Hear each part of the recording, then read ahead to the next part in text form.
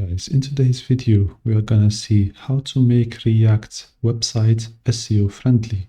So I have these websites that you can see in the screen. I'm gonna show it to you. It's made with React and I will make it SEO friendly. So this is my portfolio and I added it to Chat SEO, which is a free tool that you can try in the description. You can add your website. I said to him, do an SEO audit for my website. As you can see, the homepage, the sitemap and everything, and it will tell you what you are gonna do and how to make it optimized.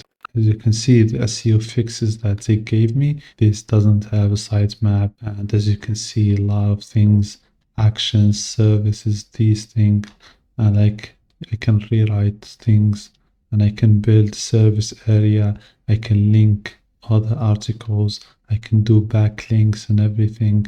So this tool is reading what Google tells it to do, which is the best practices for ranking, and it will give you the best optimized way to rank your website.